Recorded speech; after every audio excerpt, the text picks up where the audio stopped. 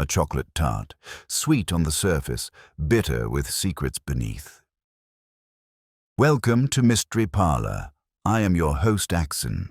Share where you're listening from. I love reading every comment. Now let's uncover the truth. If you ever think the sanctity of Nero Wolfe's brownstone is impervious to outside interference, you're wrong. It's not gunmen, politicians, or even Inspector Kramer that do the real damage. It's pastry. More specifically, pastry with an agenda.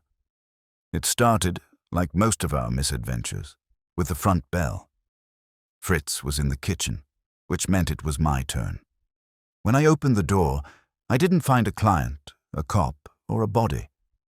I found a woman holding a chocolate tart like it was evidence in a murder trial. She was tall, late 30s, blonde hair arranged as if she had done it herself in a hurry, and an expression that could make a jury guilty before opening statements. "Is this the residence of Mr. Nero Wolfe?" she asked. "Depends," I said. "If you're selling tarts, he's not buying. If you're offering them free, I'll take it off your hands before you trip on the steps." She didn't laugh. That was my first clue she wasn't an easy case. Instead, she lifted the tart slightly higher. "It isn't for eating, it's for him. It concerns a matter of deception." "Well, you can't just drop a line like that on the stoop and expect me to close the door." I swung it wider. "Come in. Leave the tart intact. Our cook may try to wrestle you for it otherwise." She walked in, and I could feel her eyes adjusting to the brownstone like someone entering a courtroom they'd seen in dreams, but not in daylight. I led her to the office, knocked twice, and opened the door. Inside, Wolfe was in his chair, of course, attending to the sacred ritual of not moving more than necessary. His eyes slid from the orchid catalogue to the tart in the lady's hands. His lips twitched, which for Wolfe was practically a gasp. "Archie," he said, "remove that object." "It's not an object," I told him. "It's a chocolate tart with a purpose. And attached to it, a lady who seems inclined to share." The lady straightened. "My name is Sylvia Demarest. I was told Mr. Wolfe could be trusted with delicate matters. This tart is poisoned, but not in the way you think." I put the tart on the safe corner of Wolfe's desk, close enough for him to glare, but not close enough to threaten his oxygen supply. "Care to elaborate?" She did.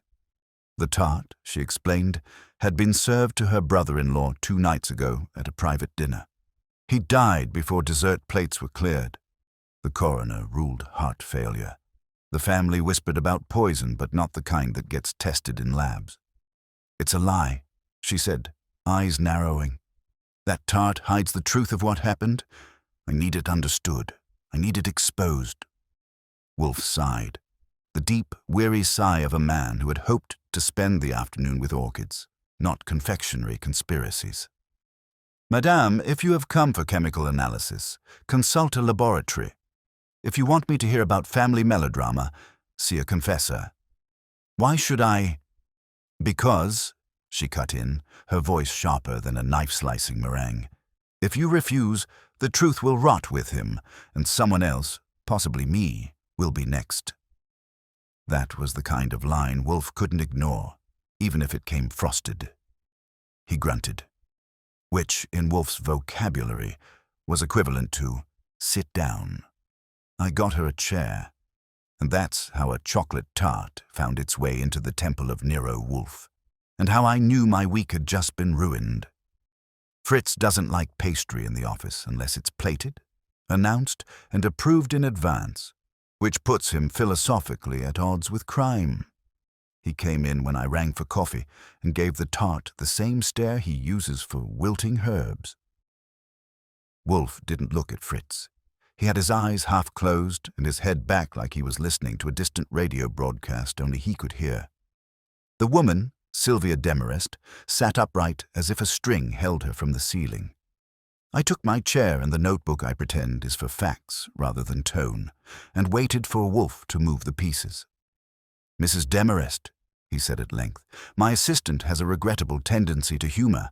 I cannot afford it. Your statement was theatrical. poisoned, but not in the way you think. There are several ways I might think. I prefer the particular. Tell us exactly what was served, to whom, by whom, and when. Begin with the scene. She had the face for it. Cool on the surface, blue eyes that worked like scalpels. 2 nights ago, my brother-in-law Charles hosted a private dinner at his Sutton Place townhouse. It was a celebration. Our company, Demarest and Cates, secured distribution for a new chocolate line. The Tart was the centerpiece, both literally and strategically. 8 of us were there. She ticked them off, and I wrote the names with the tidy malice of a stenographer in a divorce. Charles himself, his wife Lila, my husband Robert, me, our counsel, Lionel Brigham, our investor, Owen Hilliard, my co-founder, Mira Cates, and our pastry chef, Oscar Yoon. The guest list had the rough composition of a boardroom plus 1 kitchen magician, which, given the object on Wolfe's desk, was appropriate. We ate, she said. We toasted. Charles made a speech about legacy. He could be sentimental in private. The tart came last. Oscar brought it out with a flourish. Chocolate sable crust, dark ganache, an orange-scented glaze, gold leaf. A copy of the tart we'll sell nationally, minus the gold leaf. Oscar placed it. Charles made another small flourish. He always performed in moments like that, and then he put his hand to his chest and fell. He didn't touch the tart. No one did. The coroner says heart failure. Fine, but you asked why I said poisoned, but not chemically. Because that dessert didn't have to be eaten to do harm. It was a signal, a message. It hid something, or it meant something, and Charles saw it. And it killed him. Wolfe opened his eyes. Pff! That syllable from him could puncture a zeppelin.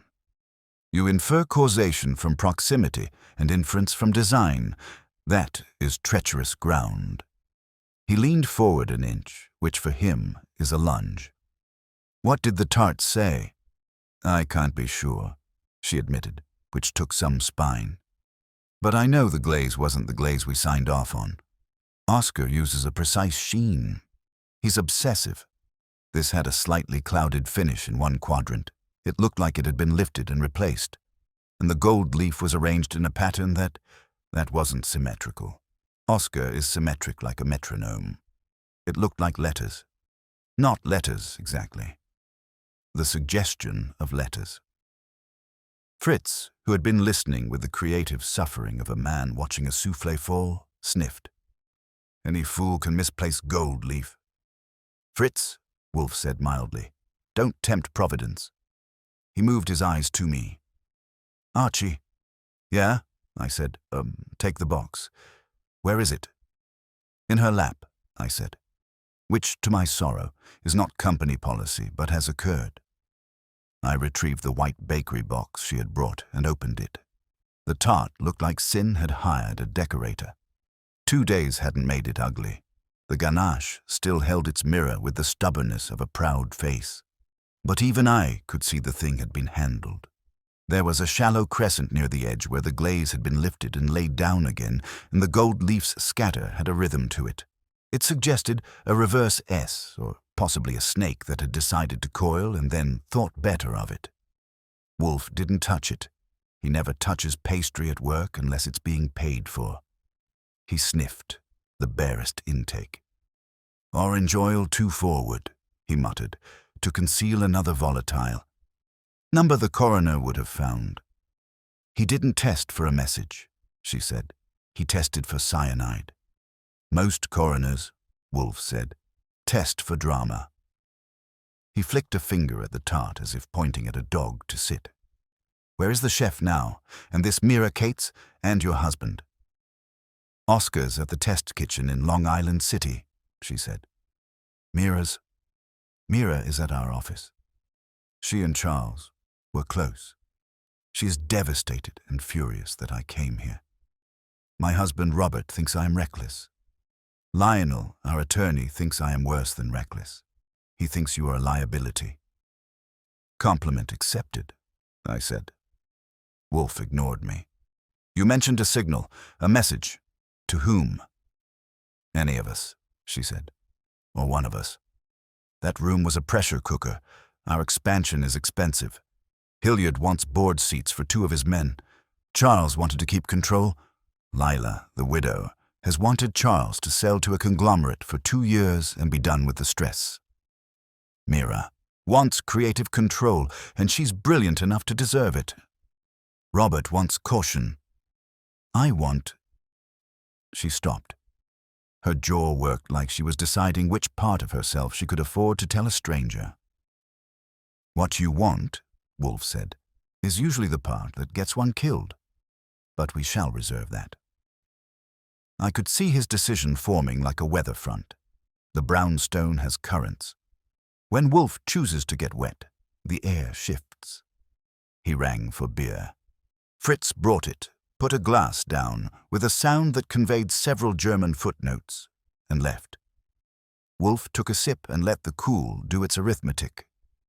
Madame, he said, this is intolerable. I'm glad you think so. Do not preen, he said sharply. It is intolerable because ignorance has entered my house in the form of a hypothesis about pastry. I do not suffer hypotheses that can be relieved with facts. He turned to me. Archie, phone Mr. Brigham. Invite him to bring whoever thinks himself competent to forbid Mrs. Demarest from employing me. If they refuse, invite them stronger. 2 hours. 2 hours is tight, I said. For people who like to be obeyed, they also like to be late. Then tell them 1 hour, Wolfe said, and closed his eyes again. I made the calls. Lionel Brigham, when he answered, had the voice of a man who keeps his suits on wire hangers. When I said Nero Wolfe, the wire twanged. He informed me, with professional courtesy soaked in vinegar, that the Demarest matter was private and that Mrs. Demarest's initiative did not represent the board. I suggested that if he wanted to make that claim to Mr. Wolfe's face, he should do so promptly, as the day was young, but Wolfe's patience had a sunset. That got him. He said he'd bring Mrs. Demarest's husband. I told him to bring Mira if he could pry her off a ceiling, and Hilliard if he was counting his money within taxi range. I hung up and reported. Wolfe nodded, which in our ritual means, assume I've already deduced what you just told me. Sylvia watched the exchange with the calm of someone who had learned to wait for explosions. Why bring them here? She asked. Because, Wolfe said, I dislike wandering into other people's kitchens, and because if the tart hid the truth, as you put it, the concealment required an audience. The brownstone will now oblige as theatre. Here I control the stagecraft.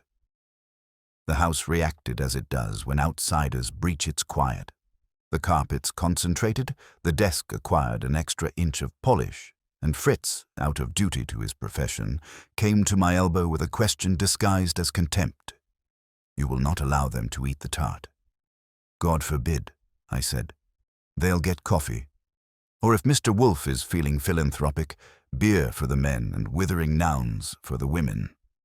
Pfui, Wolfe said without opening his eyes. They came. First through the door was Lionel Brigham, lean silver hair trimmed to regulation sharpness, a silk pocket square folded with malice aforethought. Behind him, Robert Demarest, shorter than I expected, fair with the look of a man who had learned to be polite while resenting it. Mira Cates followed, 30 maybe, with the angular grace of someone who eats standing up because ideas don't sit, and then the investor, Hilliard, trailing a cufflink and an air of having misplaced a country. Lila Demarest came last. Late on purpose. Dark hair, dark eyes, the grief set perfectly, like a brooch. The room felt it. Even Wolfe's orchids upstairs must have paused their respiration. Introductions were done. They took chairs because the room tells you to sit. Wolfe didn't rise. He looked at them the way he looks at a new variety of fungus. You object, he said without preface, to your sister-in-law's presence here. You think me disruptive. Your error is sequential. The disruption occurred when Mr. Demarest died. I merely propose to put the shards into piles. If you intend to forbid this, do it now, out loud, and endure the consequences later." Lionel Brigham cleared his throat. His voice came out smooth. "We don't forbid, Mr. Wolfe. We advise. The board believes this is an internal matter. No foul play has been found." "No foul play that you can charge by the hour," I put in. He didn't glance at me. "And whatever Mrs. Demarest thinks she saw in a confection is, with respect, grief-finding patterns." Mira Cates's gaze homed on the tart with the focus of a hawk. "Where did you get that?" she asked Sylvia. "Is that the same tart?" "It's what remained," Sylvia said. "Charles had the chef leave it in the walk-in. I took it the next morning. No one stopped me." "That's charming," Lila said softly. "You take things when people are not looking." Robert flinched. You wouldn't notice if you weren't trained to watch husbands flinch when wives and sisters exchange ice. Hilliard crossed a leg and examined his sock like it contained a dividend. Wolfe lifted a hand, and the air obeyed. "Enough." The single syllable sat in the room like a brick. "I require 2 things. First, a precise account of the evening from each of you in turn. Son, no embroidery, no counsel. Mr. Brigham, keep your tongue out of their mouths. Second, the chef, Mr. Yoon, here by 7. Mr. Goodwin will fetch him if your calls fail. In exchange, I will explain before you depart whether I am engaged and on what terms." "Terms?" Hilliard said, half smiling. "Always the price tag." "No," Wolfe said, closing his eyes again. "The terms are more important than the price." He reopened them. "Mrs. Demarest, you first. You have spoken once. Speak again, line by line. Mr. Goodwin will test your memory. I will test its geometry." She did. She told it cleaner this time, like she'd been edited for length and clarity. She mentioned a brief flicker in the dining room lights right before the tart came out. Lila confirmed it. Robert said he hadn't noticed. Mira said Oscar had been pale all evening. Hilliard said everyone's pale when money is at stake. Lionel said nothing except which he deployed like a legal comma. Details accrued. The speech about legacy included the word filial, which annoyed Lila. The knife for the tart was laid at Charles' place. Though he didn't use it, the gold leaf had been an addition at Lila's suggestion. "For sparkle," she said, and the way she said sparkle could have sliced a throat. Wolfe stored it. You could see the compartments receive and click. Finally, he said, "Mr. Goodwin." "Yeah?" "Go down and inform Mr. Brenner that if he is not otherwise engaged this evening, he may be." That was Saul Panza's alias when Wolfe didn't want to advertise. "And call Mr. Yoon. If he demurs, fetch him. Tell him that if he doesn't like the color of his future, he should come let me describe it to him." I stood. Lionel stirred. "Is this necessary?" "Absolutely not," I said. "It's merely efficient." I made the calls. Saul was honeyed as usual. Oscar was not in. A sous chef said he had gone home early with a headache. I informed him that his headache had a forwarding address, and I would deliver it personally. When I came back to the office door to grab my coat, I heard Wolfe's voice, low and level. "We proceed, then. You brought a tart to my house and called it a palimpsest. I will read it, but be warned, the ink may be yours." That got their attention. Even Lila's grief shimmered. The brownstone had been disturbed. That's the phrase for it when the carpets bristle and the orchids hold their breath and Fritz sharpens a knife just to remember who he is. When I stepped onto the stoop with my hat, the air outside felt colder than it should. I had the name of a chef, a route to Long Island City, and the warm knowledge that I would be the one doing the legwork while Wolfe sat and arranged people like slices on a plate. I didn't mind. In this business, if a chocolate tart is going to tell the truth, somebody has to take it out into the light and ask the right questions. Long Island City at dusk is no place for pastry chefs, but then neither is a Sutton Place dining room that ends with a funeral. By the time I found Oscar Uni's building, the sky was the color of old chocolate, and the street smelled like fried oil from a falafel joint. I had his address from the sous chef, who'd sounded half terrified, half relieved to pass me along. Oscar lived in a converted warehouse, with exposed brick and no elevator, which told me he had either a love for authenticity or a landlord who didn't know how to fake it. I climbed 2 flights, knocked, and waited. Nothing. I knocked again, using the rhythm I save for people who pretend not to be home. This time there was movement, cautious, like a spoon scraping the bottom of a pan. The door opened 6 inches. Oscar's face filled the gap. Pale, round, sweat on the temples. He was in a white t-shirt, flour smudged on one shoulder, and eyes that carried the same glossy fear I'd seen on pigeons when a hawk shadows over. "Mr. Yoon?" "Yes." His voice cracked like a crust under a knife. "Archie Goodwin. I work for Nero Wolfe. You're expected at the brownstone by 7. Bring your palette, your memory, and any explanation you've been rehearsing." He blinked. His hand tightened on the frame. I can't. I shouldn't. They said not to." "They?" He swallowed. "Mr. Brigham and Mira. They said this is private. I can't." "Sure you can," I told him. "You've got 2 legs and a nervous system, and if you don't, I can escort you, though it's less fun for both of us. Look, if you don't like Wolfe, you can leave. But if you don't show, Wolfe will send me back, and I'll bring 2 friends with me, one named Saul, the other named Foregone Conclusion. Your choice." He licked his lips, then backed into the apartment. I took that as an invitation, or at least a lack of refusal. The place was small, 2 rooms, clean but cluttered with books on patisserie and tins of spices. On the table sat 3 chocolate tarts in varying stages of completion, as if he'd been replaying the same scene over and over, trying to correct a mistake. I stepped closer.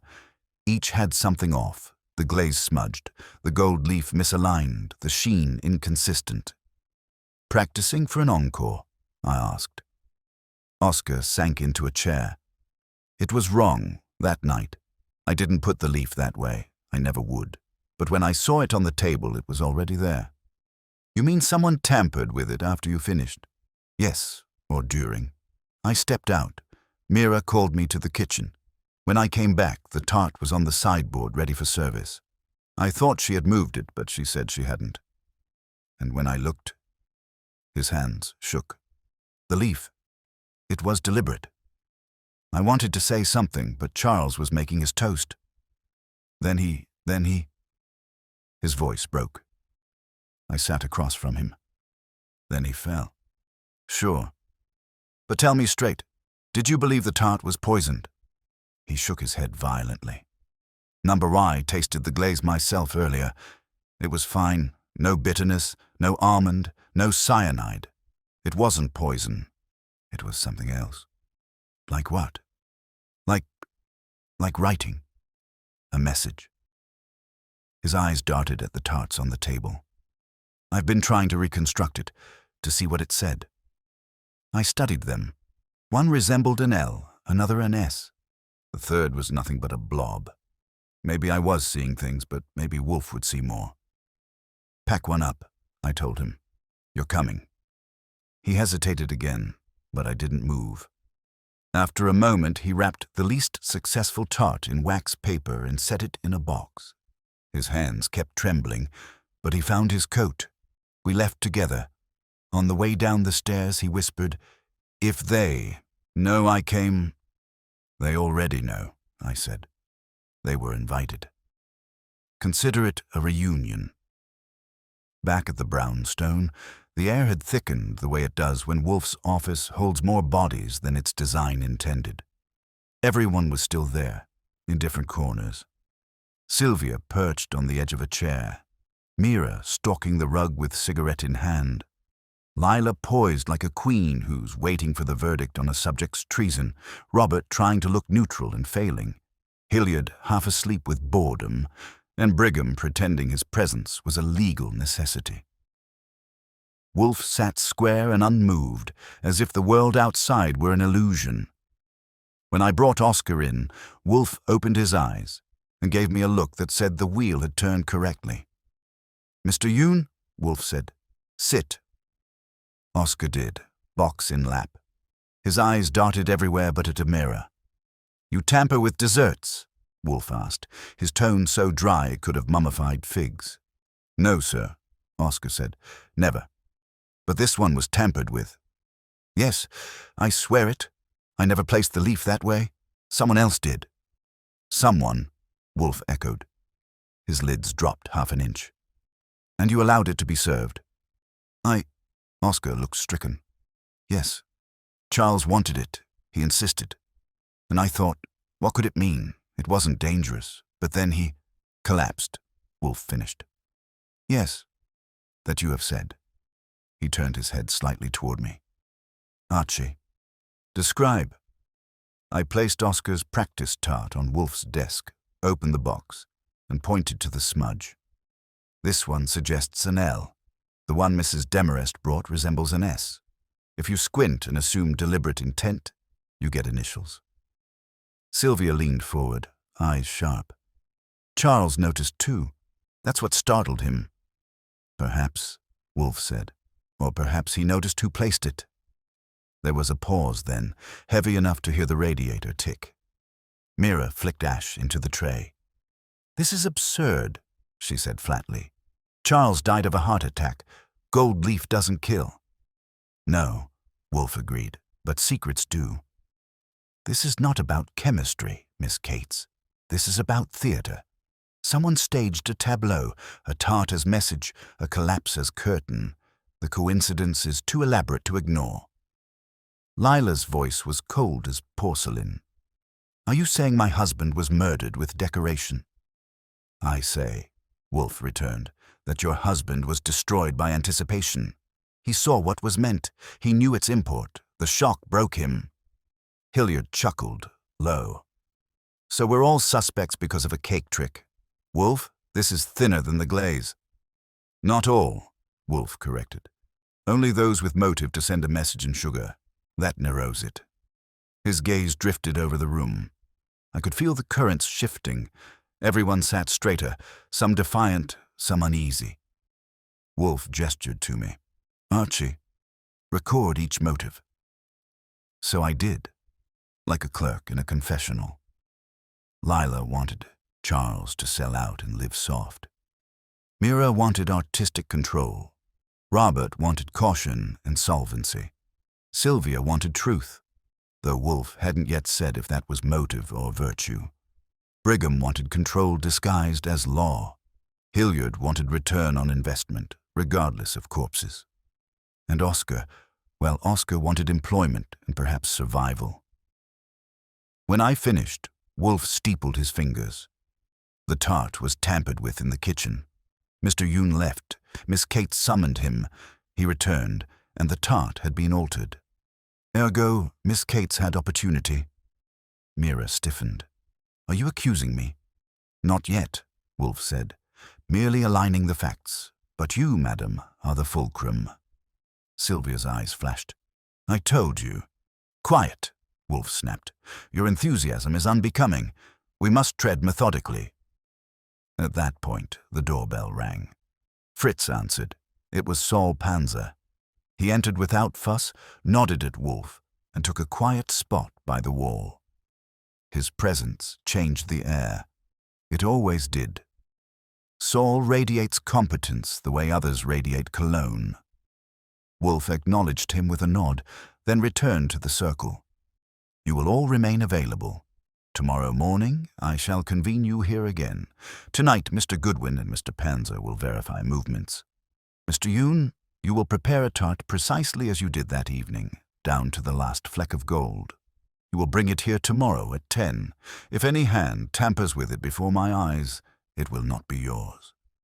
Oscar swallowed. "Yes, sir." Wolfe leaned back, folding into the chair like a general into his throne.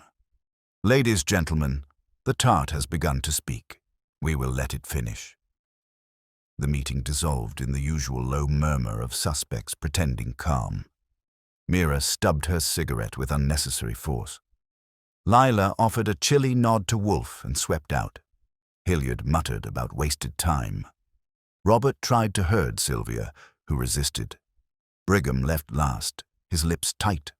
Only Oscar stayed meek, box clutched like a child's toy. When they were gone, Wolfe rang for beer.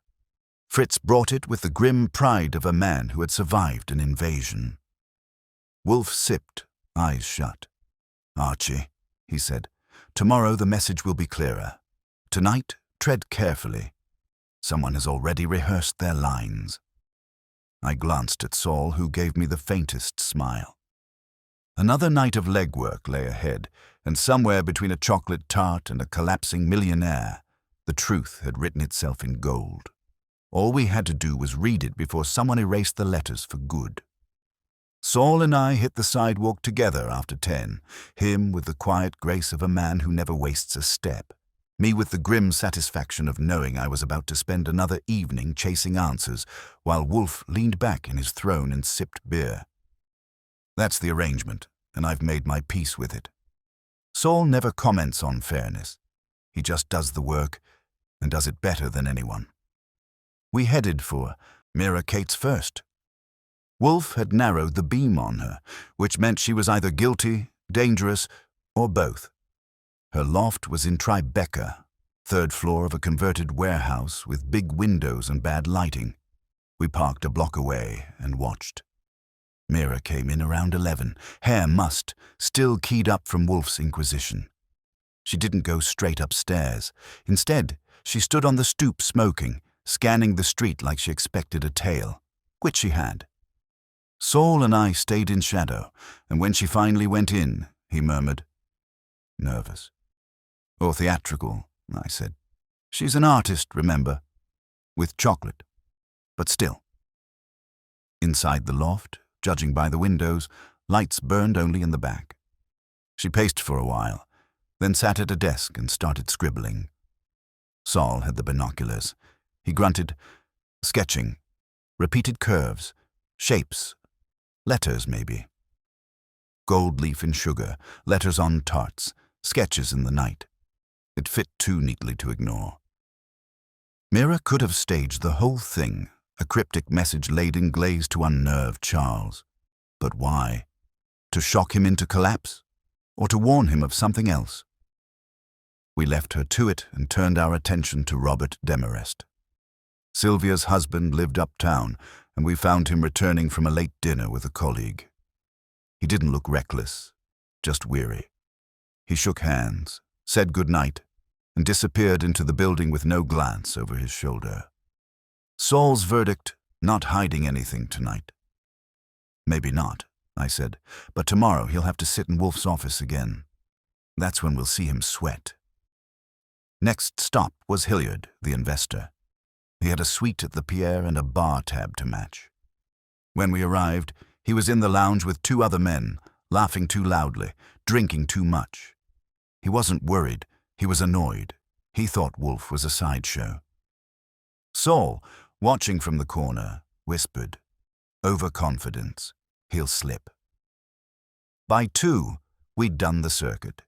Mira was restless, Robert resigned, Hilliard smug, Lila invisible, too dignified to be followed into widowhood, and Lionel Brigham locked in his office with documents we couldn't see, which left Oscar, the chef, whose fear was too fresh to fake.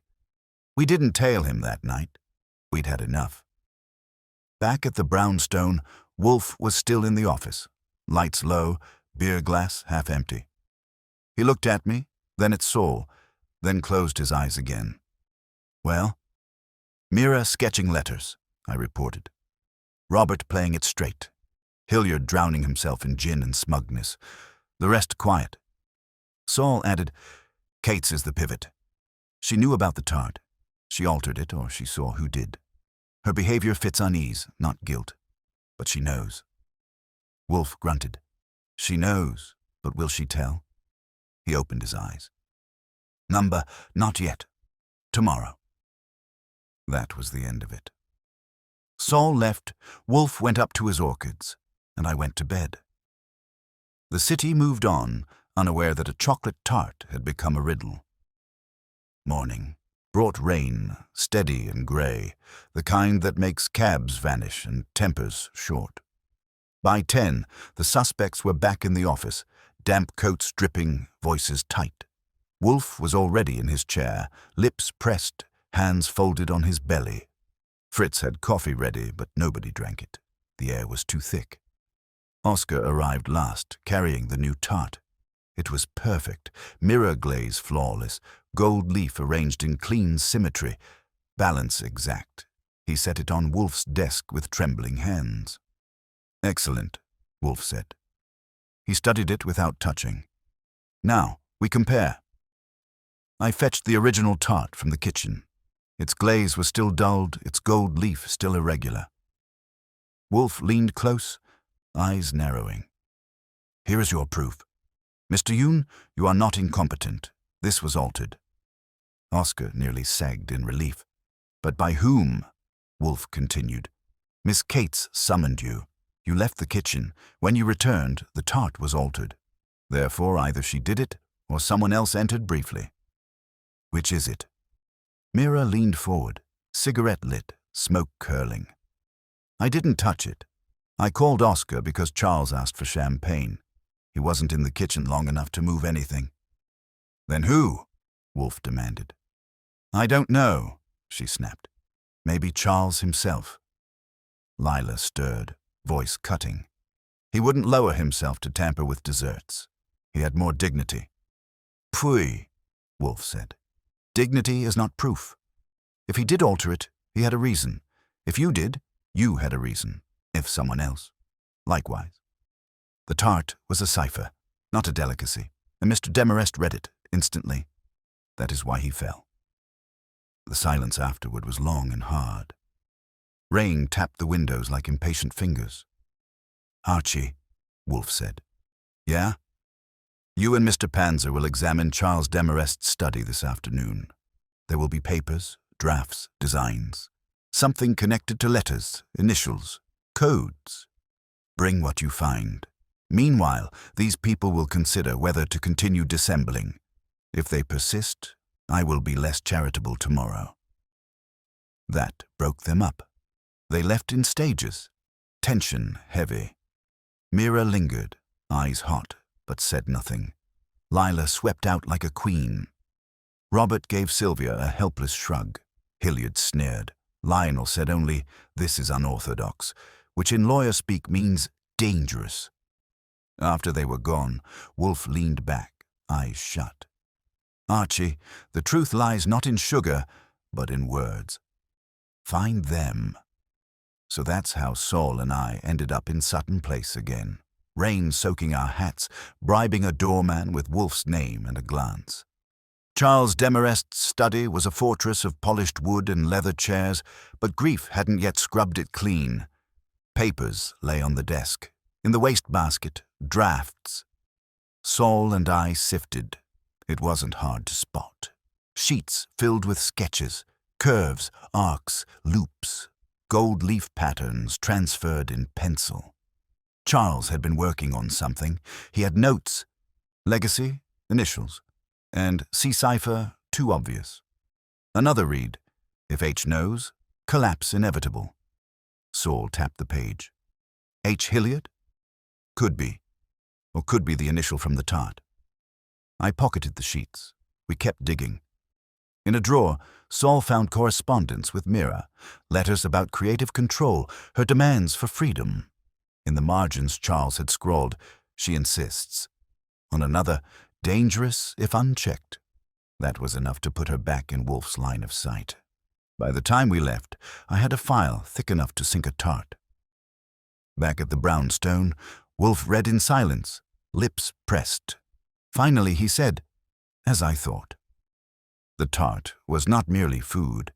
It was a cipher, a message concealed in symmetry and broken deliberately. Mr. Demarest recognized it, And it killed him. Then who wrote it? I asked. That, Wolfe said. We shall know when the next tart is served. And with that, he rang for beer. If there's one line guaranteed to make my evening complicated, it's Wolfe saying, we shall know when the next tart is served. That's like a conductor telling the orchestra the symphony will explain itself in the coda. It sounds fine unless you're the one carrying the timpani up the stairs. Fritz didn't want the new tart in his kitchen without a notarized affidavit. I negotiated an armistice. Oscar's replica would live on the lower shelf of the refrigerator, back left, under a dome so pristine you could shave in it. Fritz placed it himself, with the same solemnity he uses for an aged burgundy. He also put the orange oil back in the spice cabinet and told me, in a tone normally reserved for invading armies, that no one but God and a properly supervised cook should touch it. Late afternoon slid into evening, the rain eased, the brownstone exhaled, and Wolfe retreated to the orchids for his 2 hours of elevated horticulture. I had the office to myself, a cooling cup of coffee, and Charles Demarest's study notes spread across the desk. The man had doodled letter forms like a child rehearsing a signature. Curves, mirrored curves, broken axes. Legacy, initials. C cipher, too obvious. If H knows, collapse inevitable. And one more marginalia I'd missed the first pass. A tiny diagram of a circle divided into quadrants with a dot in the northwest slice. Noted. If you want my opinion, any millionaire who spends his nights turning frosting into cryptography is flirting with something worse than diabetes. At 7:30, the doorbell rang. Too brisk for a client, too confident for a salesman. Fritz beat me to it. He came back with a florist's box the size of a pillow and a ribbon fat enough to strangle a horse. For Mrs. Demarest, he announced, offended on principle by ribbons. Which one? I asked. Sylvia, he said. It says so. It also says, no card enclosed, which I call an imbecility. He set it on the hall table and went to polish, something that didn't need polishing. I left it there. Flowers are rarely lethal in this town unless they come with a bill. 10 minutes later, the bell rang again. This time it was a courier with a manila envelope addressed to Wolfe, hand-delivered, signature required. I signed, tipped, and brought it in. Inside were copies of Demarest and Kate's board minutes and a typed note. For your review. Confidential. No signature. Brigham style, but more curt. I put the minutes on Wolfe's chair, which would force him to disapprove of me efficiently when he returned, and stretched my legs toward the kitchen. If I'm honest, I was going to check on the tart the way a kid checks on a model airplane. Don't judge. If you spend enough time with Wolfe, food acquires narrative power. Fritz met me at the swing door, eyebrow of fulcrum. If you're coming to inspect, you will put your hands in your pockets. I always do, I said. Otherwise, I come out with things I didn't bring in. He snorted and opened the refrigerator. The dome sat where he'd parked it, stainless steel bright under the bulb. He lifted it. I don't faint, and Fritz doesn't either, but we both felt the small, unpleasant drop you get in your gut when an object has changed while your back was turned. The glaze was still flawless, the mirror smooth as a guilty conscience, but the gold leaf, 2 flakes on the upper left quadrant, had shifted. Yesterday, Oscar's practice copies had been all about symmetry. This one had asymmetry that didn't come out of a pastry bag by accident. 2 flecks angled toward each other like quotation marks. If you squinted, it made a curve. The same northwest quadrant as Charles's dot. Fritz inhaled sharply. Phooey, he said, stealing Wolfe's property. I placed it. No one. No one. You and God, I reminded him. And God is subtle. Subtlety does not peel gold leaf, he snapped, slamming the dome down harder than strictly culinary. He closed the refrigerator as if protecting a child and turned to the spice cabinet, flinging the door open. His hand went straight to the orange oil and came back with the bottle. He held it level with the intensity of a surveyor. This was full to the shoulder. Now it is full to the lip. I gave him a look. Meaning? Meaning someone touched it, he said through his teeth. I wiped the threads when I put it away. Someone opened it, closed it, carelessly, and left a film below the cap. Observe. He unscrewed, showed me the faintest glisten of oil. It is nothing to you, perhaps. To me, it is trespass. He had me there. In this citadel, the slightest rearrangement is a siren. When? I asked. He counted silently, replaying his movements like a metronome. Between the florist box and the envelope, he decided. I was upstairs for fresh towels. Then while I was earning my keep with a signature, I said. The corridor had been empty except for the whole table with the ribboned box, the umbrella stand, and the smell of rain turning old wood thoughtful. Someone had slipped in or reached in, enough to lift a dome and nudge a flake with a breath or a pin. I'll take a punch over that kind of audacity any day. Wolfe came down at 8, caught the state of our faces the way a hound catches a scent, and stopped. I reported. He listened, head back, lids low, lips in a line reserved for slugs in lettuce. When I got to the gold leaf, his nostrils flared. So, he said softly, we are not merely watched, we are prodded. He swung his gaze to Fritz. You are certain? If I am not, I will retire, Fritz said, and set the orange oil down like a gavel. Wolfe nodded once. Archie, to the stoop. Look for a watcher. If there is a car opposite with a man in it pretending to be a coat, wake him by asking the time. I went. The street had the wet glow that makes every sedan look like it's waiting for a rendezvous with a violin case. 2 doors down, a dark Buick idled legally with illegal patience. The driver wore a cap low and a face that would have looked right at home in a witness list. I leaned on the window. He rolled it an inch. You keeping the meter running? I asked. He had the expressionless manner of a chauffeur who knows people have secrets. Waiting. For whom? My employer, he said, and gave me a glance that said the conversation was finished. It wasn't, but the plate was the faster talker. I strolled to the rear and put the number in my notebook. I had seen it before, last month, outside a fundraiser where rich men shook hands like blackjack dealers. Hilliard's car wore that plate like an old tie.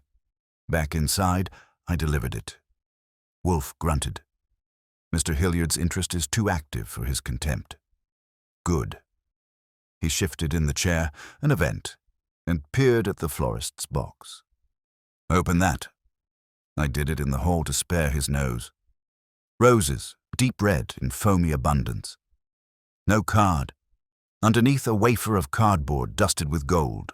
Not gold leaf, gold powder, the kind used to dust chocolates for foolish people. I brought it in with tongs. Wolfe looked and let 5 seconds pass. Fritz, he said, you will remove the Tart to the safe. We do not keep diamonds in the office safe. We keep money, a revolver that Wolfe insists is a barbarity, and occasionally the kind of object that provokes the unhousebroken. Fritz fetched the Tart under the dome and did a cautious procession worthy of any cathedral, then returned, tight-lipped and proud. Archie, Wolfe said, you will phone Mr. Hilliard and inform him that if his chauffeur wishes to nap, he should do so at the pier. Then call Mr. Brigham and ask him whether he sent board minutes anonymously. I want him annoyed. I obliged. Hilliard took the call himself. Too fast, which means the driver told him I'd been nosy. He laughed and said he had cars all over town. I said this one looked lonely. He hung up with the kind of cheer some men reserve for live bait. Brigham answered from his office. No, he had not sent anything. If I had something with provenance issues, I should burn it. He managed to sneer by phone, a trick lawyers practice in their mirrors. When I hung up, Wolfe had the Demarest notes back in hand. He tapped the quadrant diagram with a finger as square as a bookend. There, he said. The northwest slice. Our trespasser duplicated the dot with leaf. Not content to send a message once, she or he must emphasize it. That is compulsion, not strategy. Or panic, I said. Someone thinking we're getting too close. Panic wears perfume, Wolfe said dryly, eyes drifting to the roses. No card, for Mrs. Demarest, and dusted with gold like a tart that pretends to be a crown. Crude.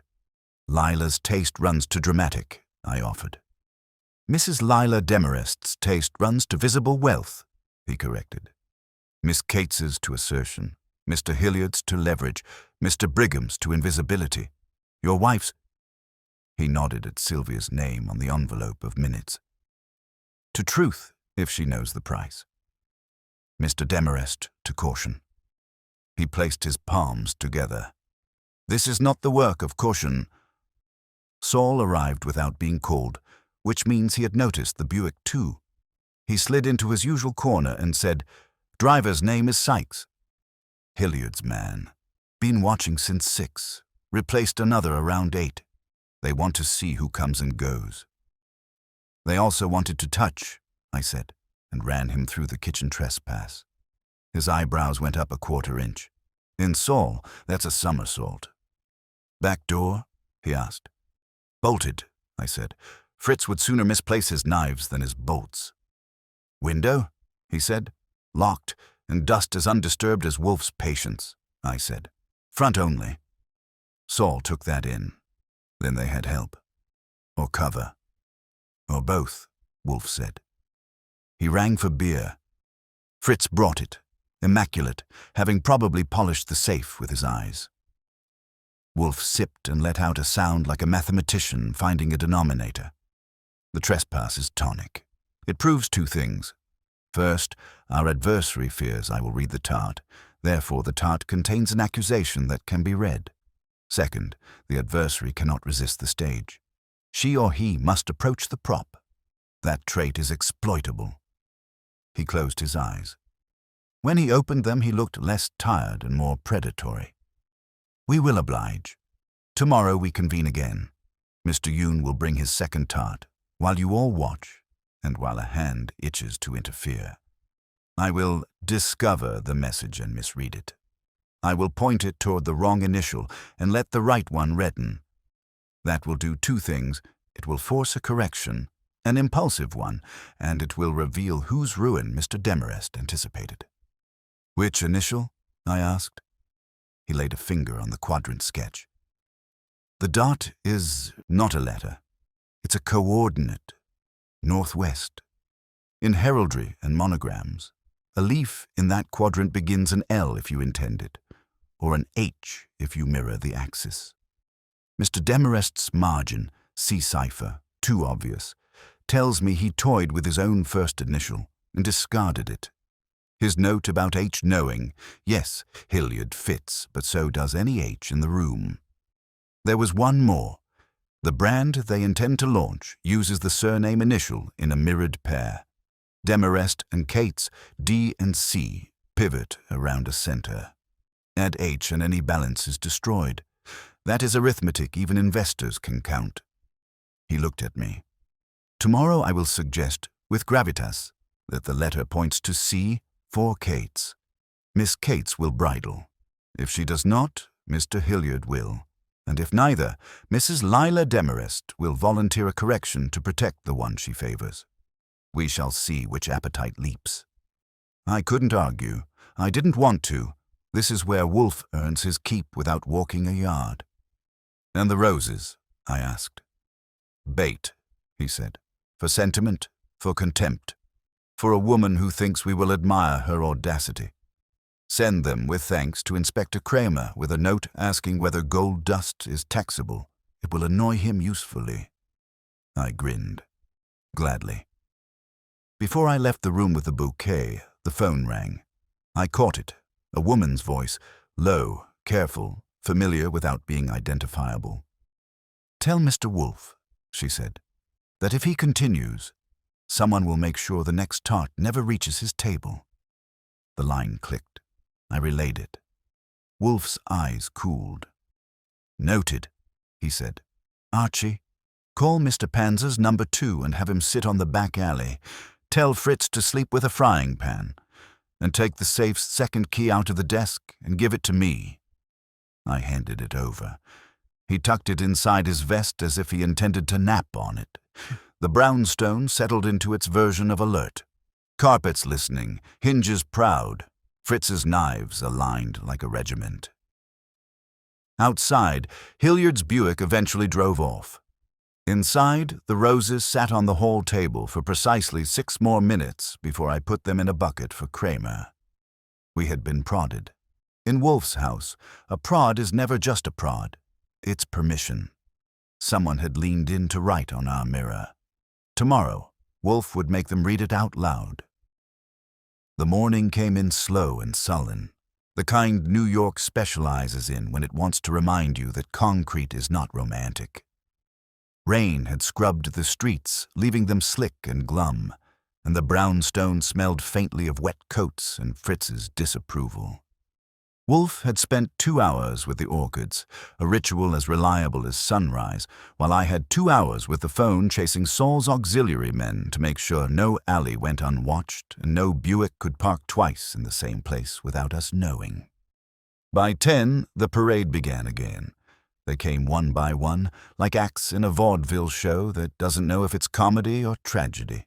First Brigham, crisp and resentful, carrying a leather case like it contained commandments.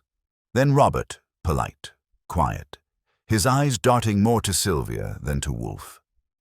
She followed close behind, calm but taut, like she'd had her lines rehearsed all night.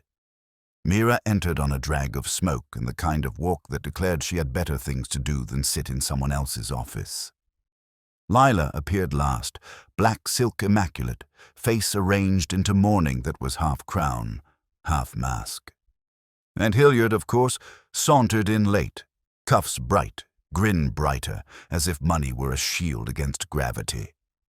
Oscar Yune arrived separately, box in hands, looking like a man asked to walk into court with pastry as his only defense.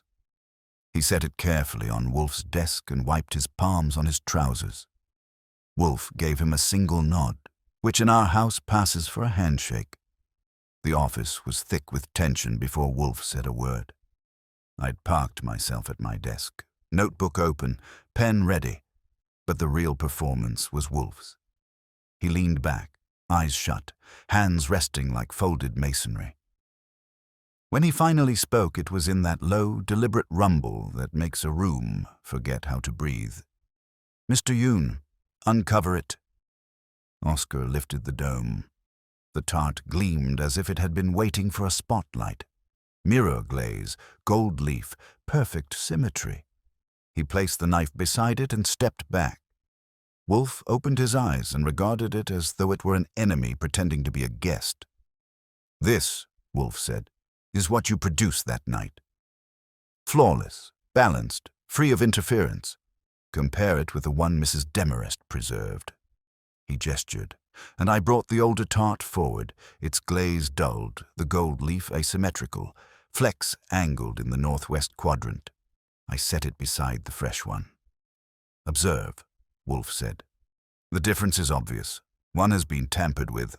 Not by the chef, by one of you." That snapped the room like a whip. Mira leaned forward, cigarette trembling just enough to betray her. "I told you, I didn't touch it." "You told me," Wolfe said evenly. "But telling is not proof. What matters is the impulse, the compulsion to make a mark, to turn a dessert into a cipher. Mr. Demarest recognized it instantly. He had been rehearsing it in his study, doodling letters, symbols, initials. He saw your alteration, understood its intent, and it killed him. His heart gave way under the weight of recognition." Lila's chin lifted. "Ridiculous. You make it sound like he was murdered by suggestion." "Not murdered," Wolfe corrected. "Destroyed. The collapse of a man who sees the inevitable spelled out in gold before his eyes. He knew whose hand had done it. He knew what it meant. And the shock finished him." Brigham cleared his throat, the legal cough.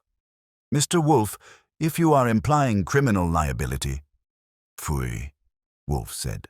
louder than usual, and Brigham recoiled as if someone had slapped him with a statute. I imply nothing. I state that deceit has entered my house and meddled with food in my kitchen. That is intolerable, and it will not remain concealed. I watched the faces. Mira's defiance, brittle and sharp. Lila's disdain, a mask for something else. Hilliard's smirk, too rehearsed to be confidence. Robert's unease, hovering on Sylvia, and Sylvia herself, steady, almost serene, but her eyes moved when Wolfe said inevitable. Then Wolfe leaned forward, and the trap set itself. "The quadrant," he said, tapping the diagram Charles had left. "Northwest, a curve that could begin a C, or an H, or an L.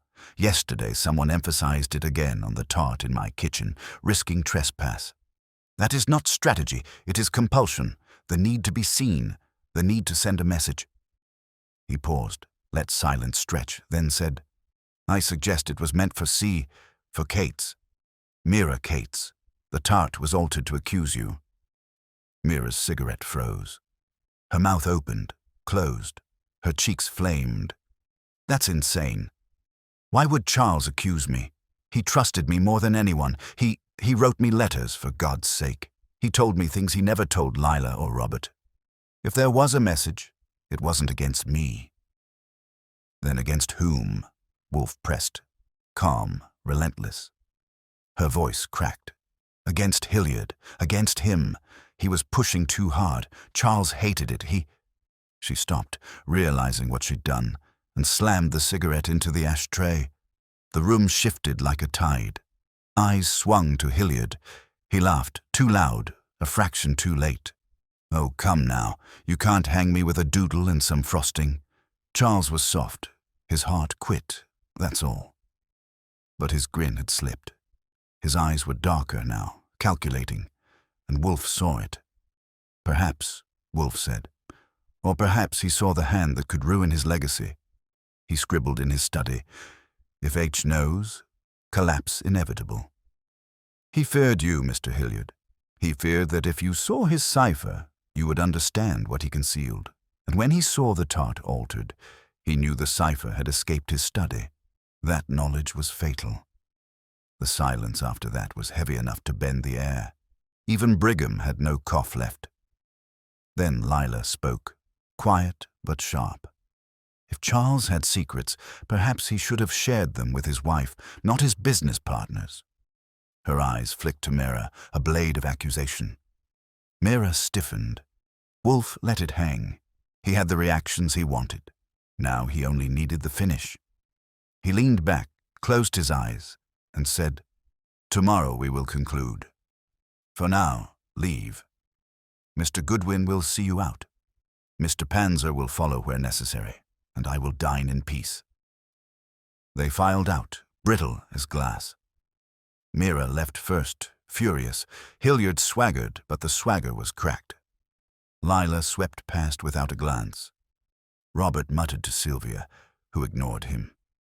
Brigham clutched his case like a shield.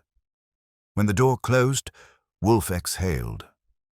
"Archie," he said, "we have them. One more prod, and the hand will show itself. Tonight you and Mr. Panzer will watch Hilliard. If he moves, we pounce. If not, Mira will. Either way, the tart will finish its speaking." And with that, he rang for beer, leaving me to wonder how many more tarts a man could take before he developed a permanent suspicion of dessert. Saul and I split the evening like a check no one wanted to pick up. Wolfe had given me Hilliard and anything that smelled like money.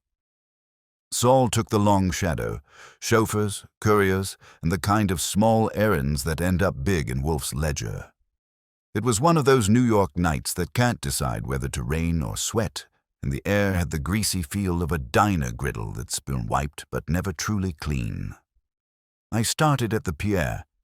Hilliard had the kind of suite that advertises a personality without admitting to it. Chrome, leather, and a bowl of apples as innocent as a bribe. The desk clerk gave me the look clerks reserve for men who ask questions with a grin. I left a card with the name of Nero Wolfe on it, which has been known to loosen jaws, and went to the bar to let myself be seen, not caring. Half an hour later, the elevator produced Hilliard with a woman on his arm who had the posture of a temporary solution. He spotted me, decided to enjoy it, and came over. "Good win," he said. "Are you charging by the drink or the minute?" "By the laugh," I said. "Yours is expensive," he smirked. "You and your sedentary boss think you can frighten me with pastry. I've eaten worse things. Ask any investor." He tapped the bar. "And don't worry about your little kitchen. If I wanted your tart, I'd buy the bakery." "Tempting," I said, "but we're sold out." I let my eyes drift to his cufflink, which was a tasteful H in platinum. He caught the look and lifted his wrist as if to toast himself. "Tomorrow," he added. "I'll be there for the finale. I like endings where I win." He left before I could ask him to define the verb.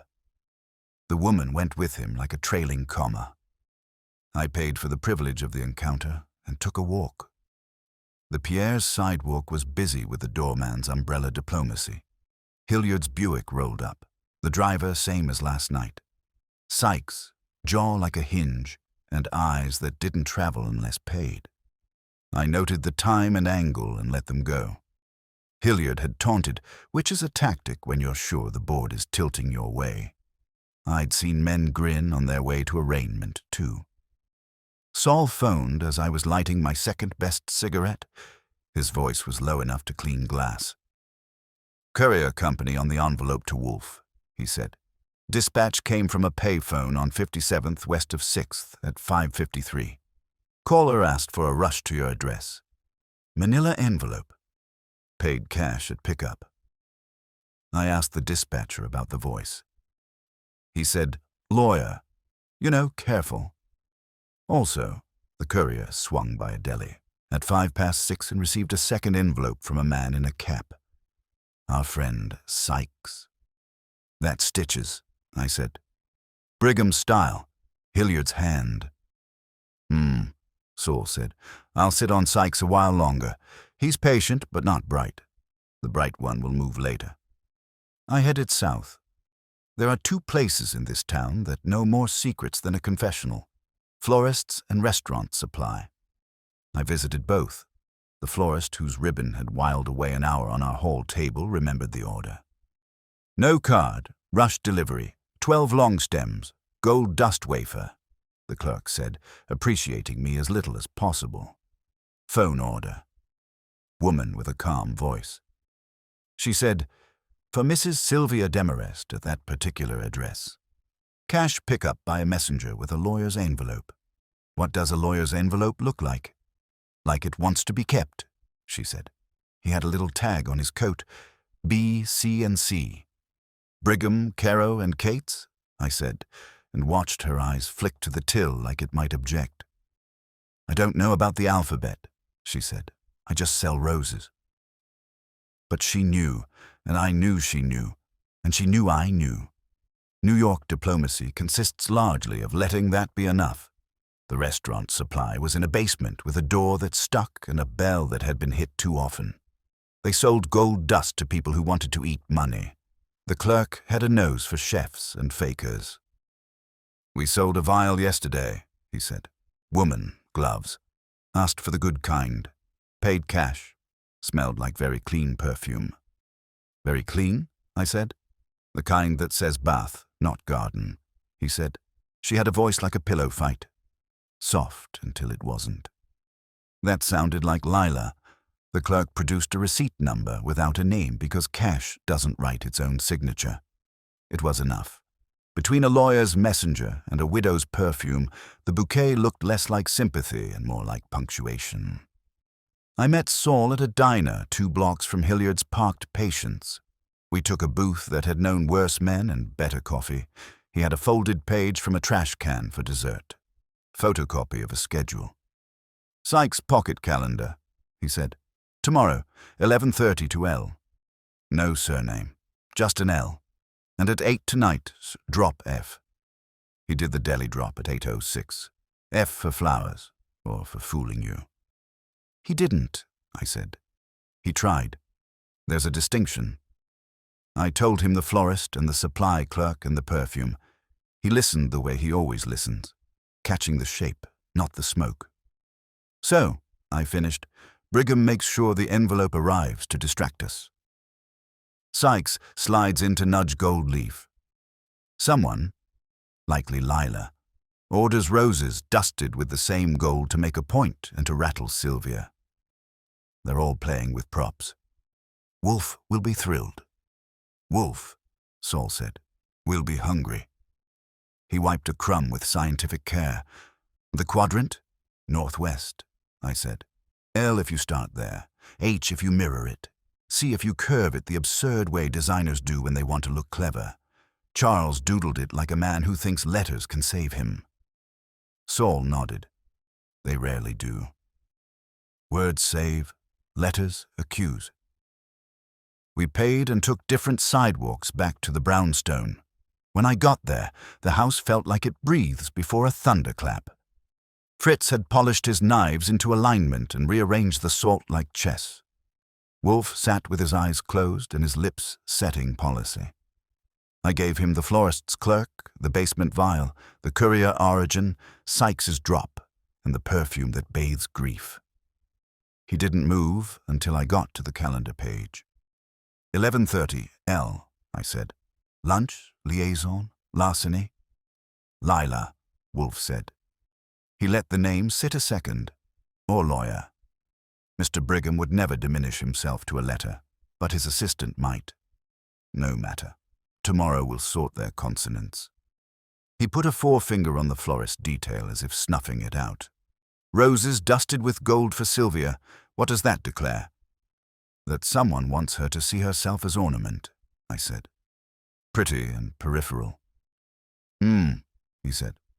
Or to warn that what gilds also smothers. No matter. It is theatre, and we are box office. He shifted 1 inch, a tectonic event, and looked at me. There remains one thing I want that you did not bring me. Which? The hands, he said. The hands that tampered with my tart. All evening, what did each pair of hands do? Who had gloves? Who never removes them? Who cannot resist touching what another has arranged? He closed his eyes. Miss Cates asserts. She uses her hands like hammers.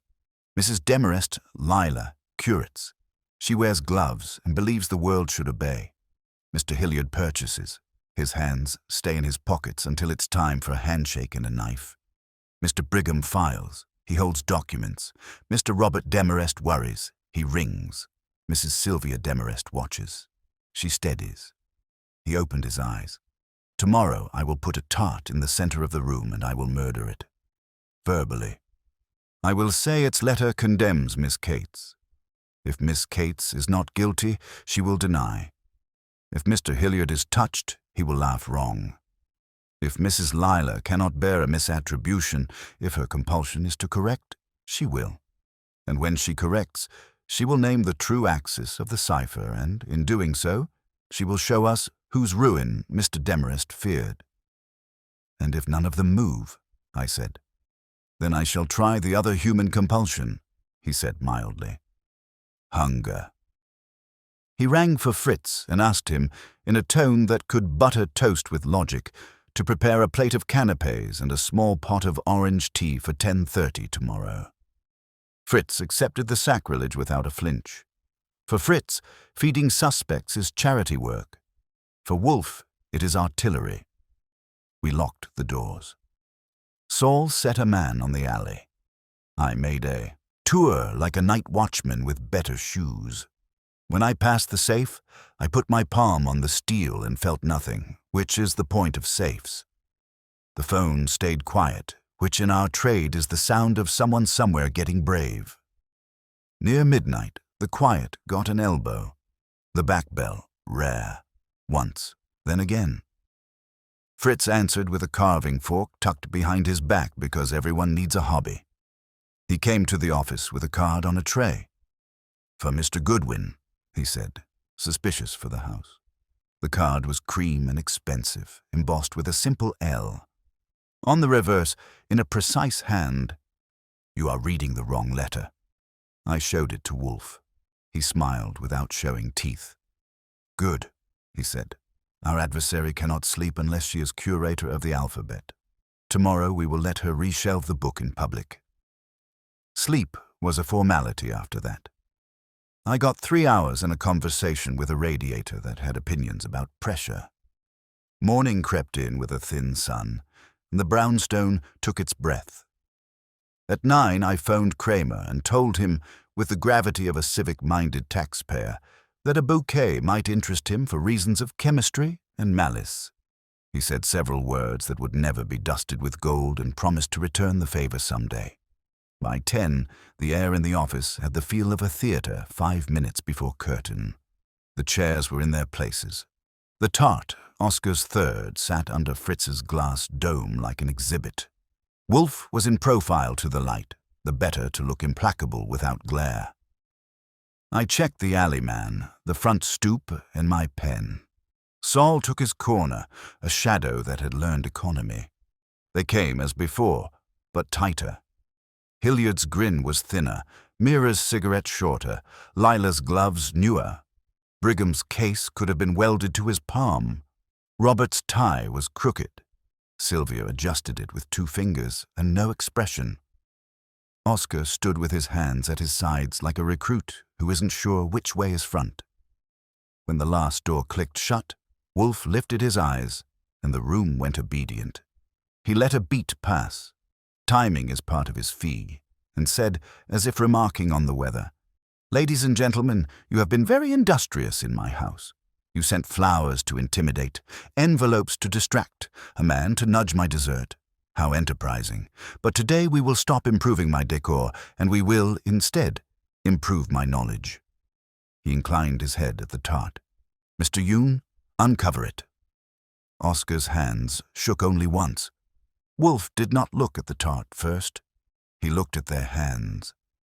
Lila's gloved fingers tightened on her clutch and relaxed. Mira's thumb worried a cigarette that wasn't lit. Hilliard's right hand went into his pocket and stayed. Brigham's left hovered over his case, a moth to legal flame. Sylvia's lay quiet in her lap. Roberts picked at a thread. "Consider," Wolfe said softly, almost pitying, "how difficult it is for some of you not to reach for what you think is yours." He raised one finger, and the trap began to lower. Wolfe's finger hung in the air like a conductor waiting for the violins. Every eye in the room shifted toward the Tart, as if expecting it to sprout words. Wolfe let the silence grow until it was thick enough to slice. Then he spoke, slow and measured, each syllable placed like a stone in a path. "This Tart is a cipher, not of flavor nor of chemistry, but of will. Someone here could not resist leaving a mark, a sign. The quadrant chosen, northwest, is deliberate. The curve suggests an initial. I propose, for your consideration, that it is a CC for Kate's." Mira inhaled sharply. Her hand twitched over the ashtray. "That's absurd," she said, voice breaking. "You're twisting nothing into something." "Nothing." Wolfe's eyelids lowered. Mr. Demarest filled pages with curves identical to this before his death. He saw the Tart, saw the curve, and collapsed. He recognized it at once. He knew the hand that had tampered. He knew the letter. C for Kate's. Mira's face flushed, anger and fear at war. He didn't fear me. He trusted me. I was the only one who understood him. If you want a letter, it wasn't C. It was H. H for Hilliard. He's the one who pushed Charles to the breaking point. He's the one Charles despised. Hilliard's laugh came too loud, bouncing off the bookshelves. "That's your defense? Blame me because I have money? Please. Charles needed me.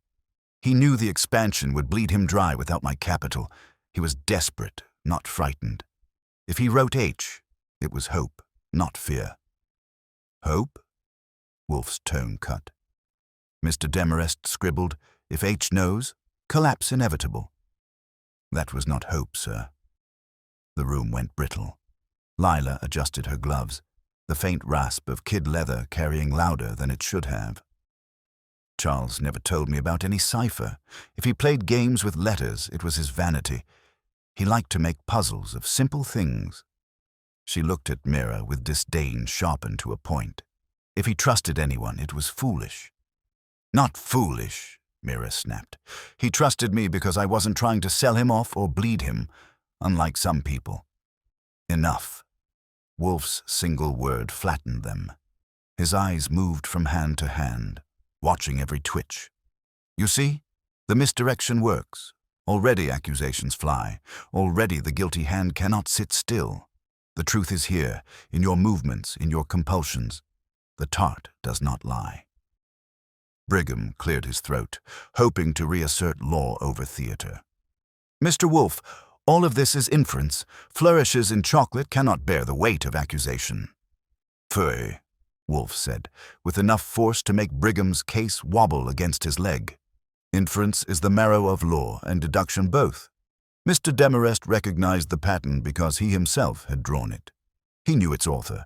He saw betrayal spelled in gold. That knowledge destroyed him. Robert, who had sat quiet until now, finally spoke. His voice was thin, tired. Then tell us, Mr. Wolfe. Who altered it? Who killed him? Wolfe's eyes narrowed. Patience. The hand will show itself. I have baited the trap. Already Miss Cates lunges to deny, Mr. Hilliard to mock, Mrs. Demarest to deflect. Only one of you cannot abide misattribution. Only one will need to correct me. When she does, the truth will be plain. As if on cue, Lila's fingers clenched around her clutch. Her voice, low but edged with fury, sliced through the air. It wasn't C. Anyone with eyes can see that. The leaf was angled, mirrored. It was an L. An L, do you understand? He meant me. The words hung, stark and naked. Mira froze, her denial suspended. Hilliard's smirk vanished. Sylvia's eyes widened. Robert looked like someone had struck him, and Wolfe's lips curved, not into a smile, but into the grim satisfaction of a man whose quarry had walked into the snare. Indeed, Wolfe said softly. Thank you, Mrs. Demarest. You have spared me the final step. Lila's face drained, then flared with sudden color. You twist this. Charles was obsessed with symbols. He might have written L for legacy, or for loss, or for Lila, Wolfe finished. His voice was iron. His wife, who urged him to sell, who stood to profit from a sale to a conglomerate, who saw his stubbornness as an obstacle to her own comfort. You could not resist altering the tart.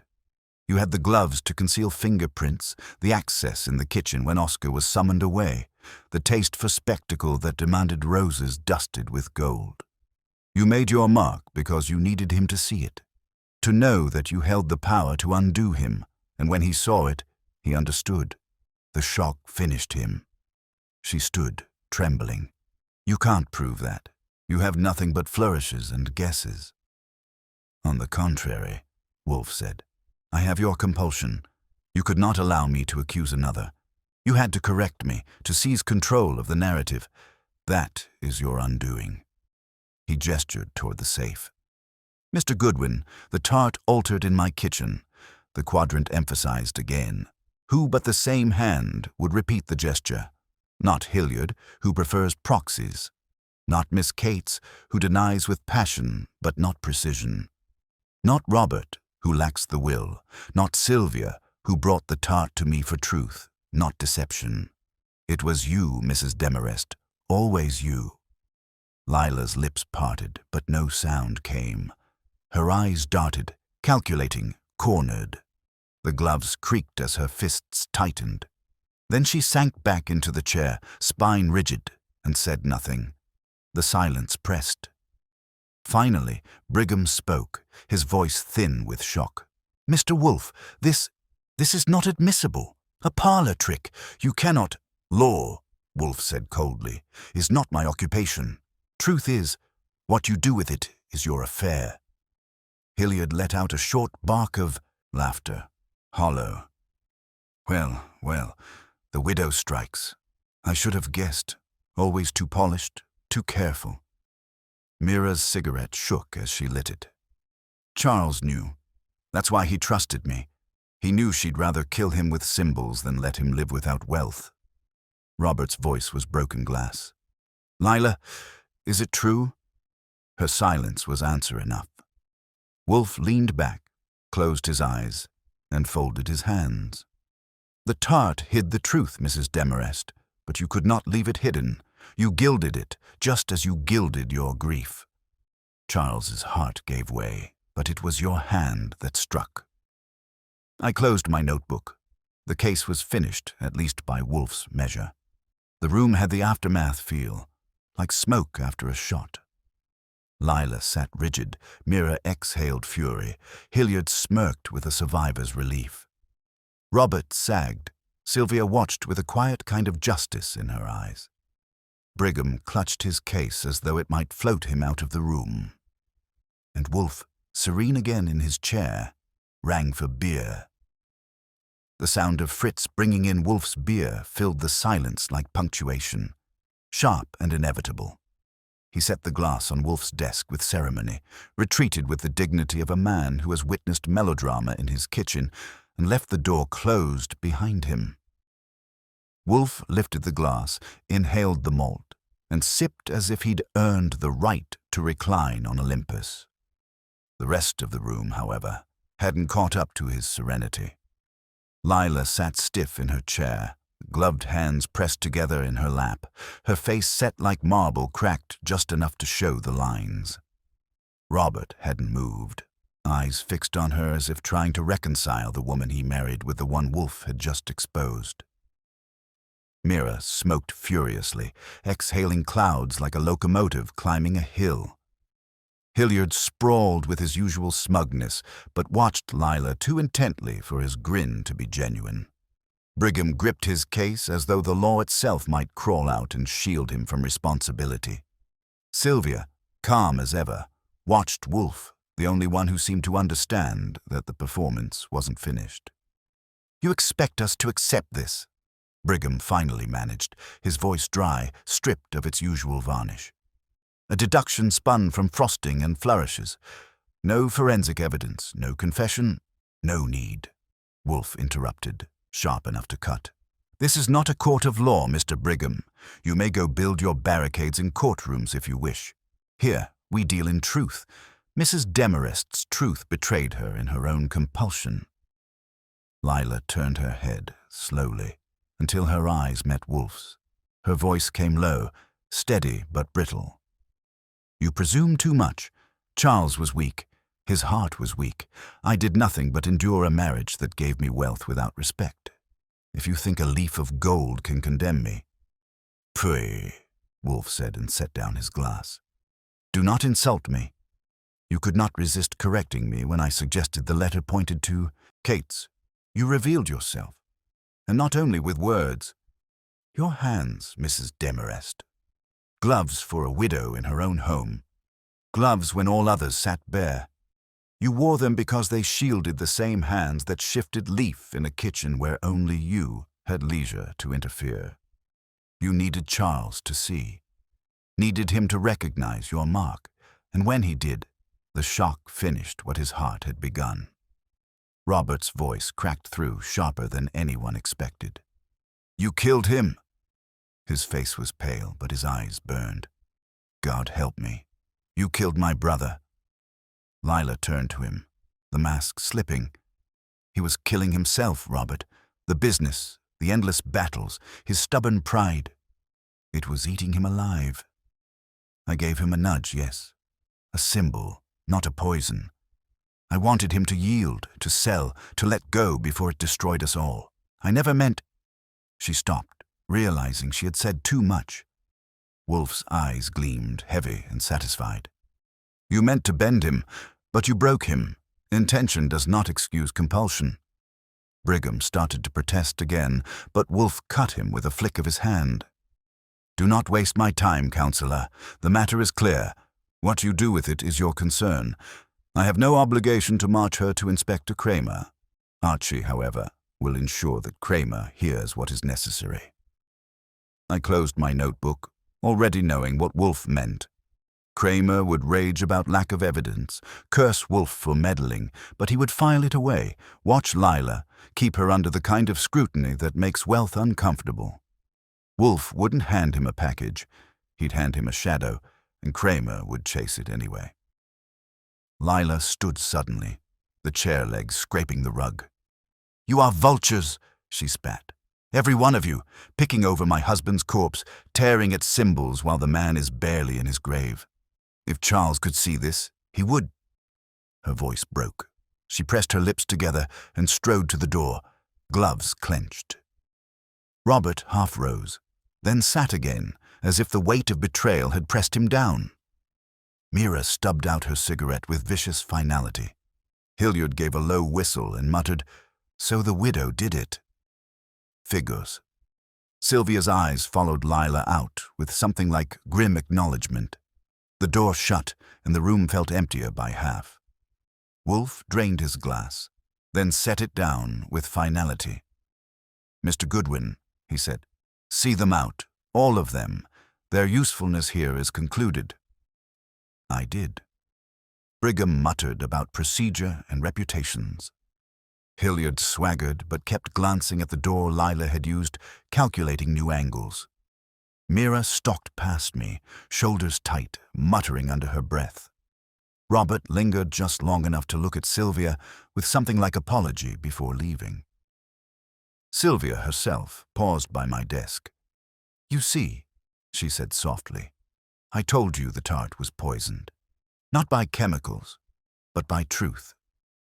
She held my gaze a second longer, then left, leaving only the faintest trace of perfume and vindication. When the door closed for the last time, the brownstone exhaled. Wolfe sat motionless, eyes shut, lips curved faintly downward. Fritz entered, collected the abandoned coffee cups, and muttered in German that I chose not to translate. Saul, from his corner, finally straightened. "You've got her," Saul said quietly. "Yes," Wolfe murmured. "Her own compulsion delivered her, but it is not victory I savor." He opened his eyes and looked at the tart still sitting uncovered on the desk. "It is bitterness, the bitterness of a symbol turned into a weapon, a husband undone by the wife who could not resist leaving her mark."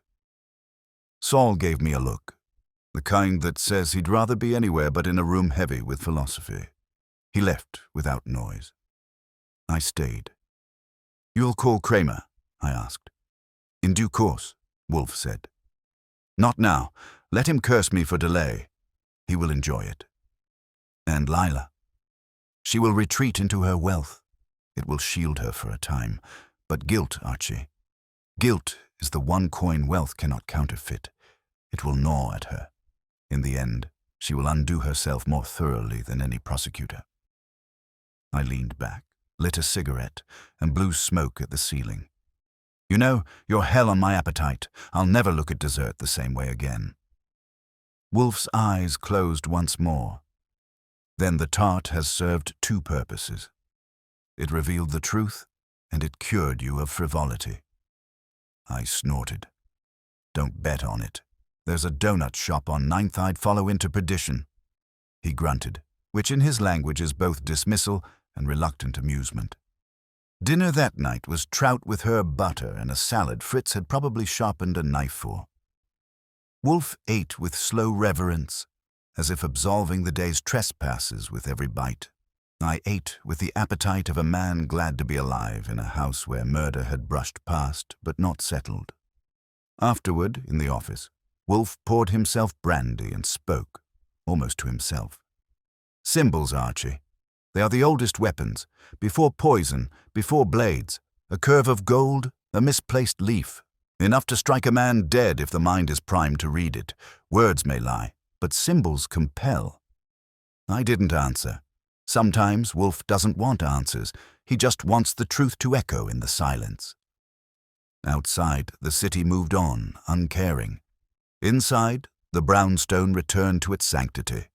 The tart was gone, the suspects dispersed, the safe closed, the carpets satisfied. Dinner had been served, truth had been exposed, and Nero Wolfe had once again proven that the heaviest blows can be dealt without leaving his chair. I turned off the light in the hall, the last to bed, and thought of Lila's gloved hands trembling as she corrected Wolfe. She hadn't been able to stop herself. In the end, that was what condemned her.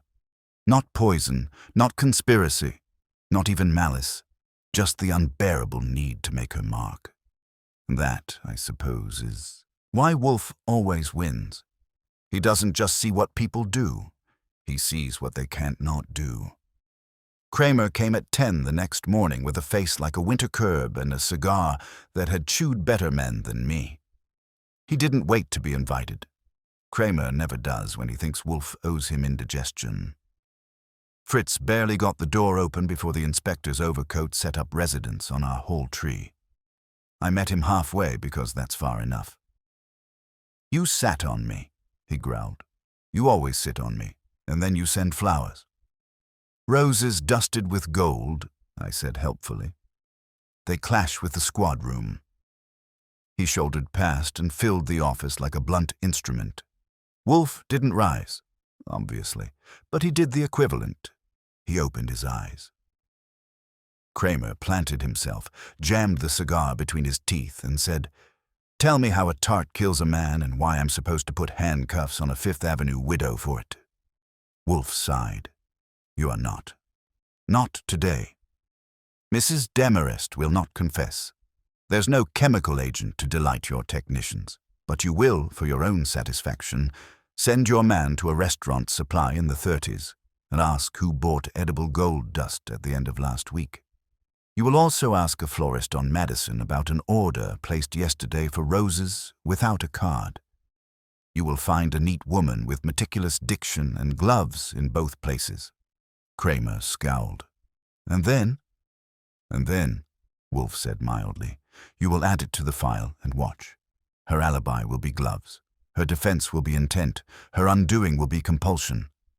Kramer hated it, which meant he would do it. He dragged at the cigar, exhaled smoke that had read too many case files, and switched angles. "If not a murder, then what do I have?" "You have obstruction," I said, "at a minimum.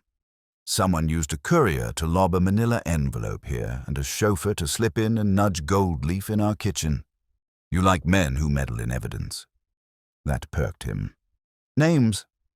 "Hilliard's driver, Sykes, did the nudge," I told him. "And the envelope's dispatch came from a payphone, but the courier pickup was at a deli where Sykes made a second handoff.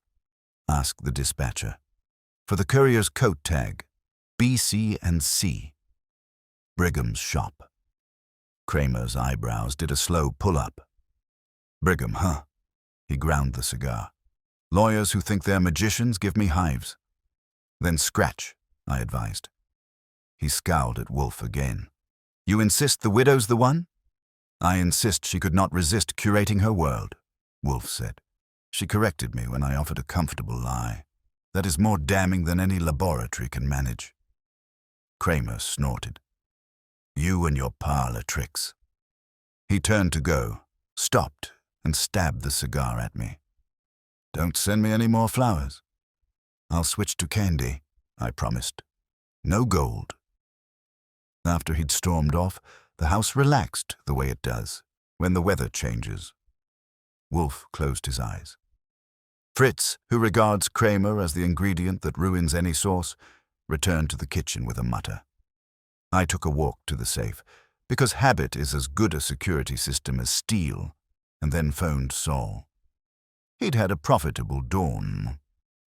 "Our deli has a camera," he reported. "It's older than both of us, but not blind.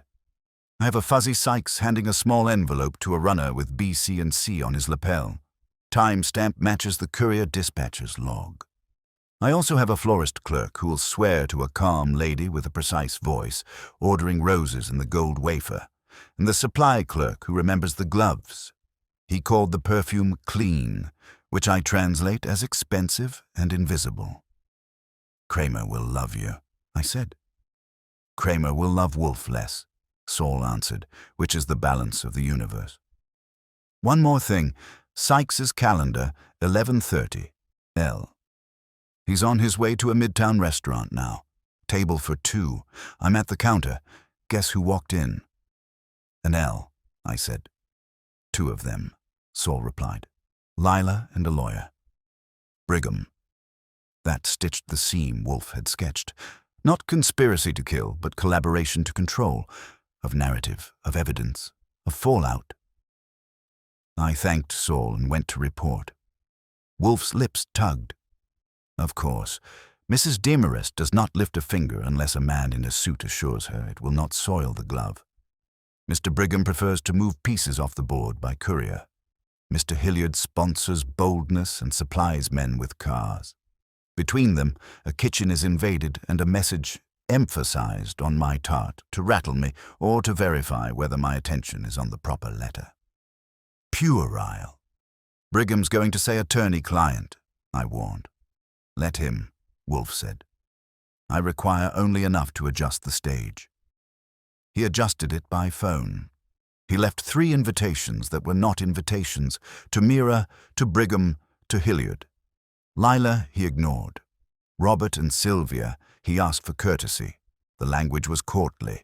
The implication was iron. When Nero Wolfe says, I would be obliged, the sensible oblige. They came at 4, close enough to tea to insult Fritz. Mira arrived first, eyes reddened, cigarette already lit, fury banked into something nearly clean. Robert and Sylvia together, a pair held by strain and something like new alignment. Brigham, punctual, the guilty are. Hilliard, last and amused. Wolfe let them take chairs and then, to the astonishment of everyone but me, gestured to the side table. Fritz had, under protest, arrayed a small tray with delicate pastries that could have forgiven anyone but our company. Help yourselves, Wolfe said. It is unwise in this house to let hunger make you foolish. No one moved. Wolfe let the refusal register as evidence and began. Yesterday, he said, Mrs. Demarest corrected me. She could not bear a misattribution. That condemned her, but there remains the matter of the intrusions into my affairs. The envelope, the roses, the nudge to my tart. Those were not compulsion, they were tactics. Mr. Brigham, your firm's runner, received a small envelope from Mr. Hilliard's driver last evening outside a deli. That envelope went to a courier who delivered board minutes to my door. While my assistant signed, a hand touched my kitchen. Will you style that coincidence? Brigham's jaw did what wood does under pressure. If a courier delivered documents to you, that is not unlawful. Nor is it ingenuous, Wolfe said. Your client desired my distraction. You obliged. Meanwhile, Mr. Hilliard's man performed his own errand. Hilliard leaned back, pleased with himself by habit. You can't prove I told Sykes to sneeze on your dessert. No, Wolfe said. I can only demonstrate his proximity, his patience, and his lack of subtlety, but I chose patience. I did not summon you to squabble about petty mischief. I summoned you to alter the center of gravity. Mira leaned forward. If you're not handing Lila to the police, what is this? A pivot, Wolfe said. Mr. Demarest's death created a vacuum. Into it, in the next 48 hours, certain hands will move papers, proposals to sell, to restructure, to annex control of a brand whose value has increased by scandal. Mr. Hilliard will propose terms while humming condolences. Mr. Brigham will draft cautions that become levers. Miss Cates will be offered creative freedom in exchange for her vote and her silence.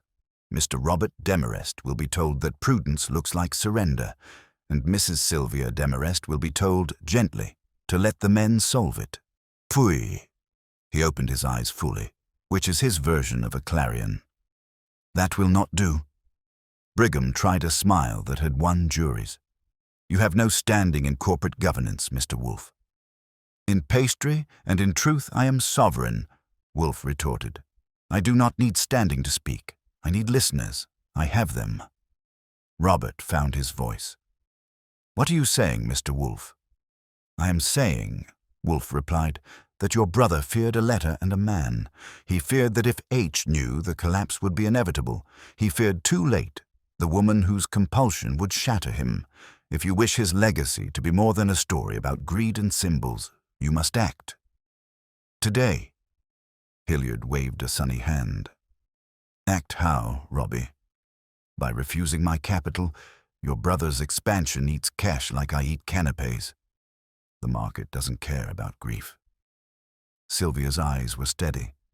The market will care when it learns a widow tried to bully a man to death with a cipher, and that an investor fiddled with evidence in a detective's kitchen. Hilliard laughed once. You'll publish it? No, Wolfe said. I will, if provoked. He turned to Mira. Miss Cates, Mr. Demarest scribbled compromises in his margins for you. He wanted your brilliance without your turbulence. Now you will choose. Remain and be used as ornament in a sale, or remain and be the fulcrum of a company that does not sell its throat for convenience. Mira's chin lifted. I'm not ornament. She shot a glance at Hilliard that could have frosted plutonium. And I'm done being leveraged. Wolfe nodded. Approval in a teaspoon. He faced Robert. Call an emergency board session. Today, move to suspend all sale negotiations pending an internal review of Mrs. Demarest's actions and of any contact between your counsel's office and Mr. Hilliard's agents concerning my house. Invite your investor to remain on the board if he abjures interference henceforth and replaces his driver with a man who can tell a tart from a trap. If he declines, nolo, seek another investor. There are men who like returns without theater. Brigham pushed up from his chair. This is outrageous. Sit, Wolfe said, and Brigham sat because some verbs are irresistible. Your loyalty is to your client, which is convenient since I address him. He flicked Hilliard with a glance. Stay if you can behave. Go if you must preen. Hilliard's grin narrowed. You can't freeze me out with dessert. No, Wolfe said, but your appetite will cost you. Decide. The room shifted. This was a different kind of reveal, money, not motive. And it worked, because reality does not argue with a clean ultimatum. Robert looked at Sylvia. She gave a small nod that contained more steel than any statute. Mira stubbed her cigarette without looking away from Hilliard. Brigham counted paths and found potholes. Hilliard shrugged theatrically, and then dropped the shrug, which was the point. Fine, he said.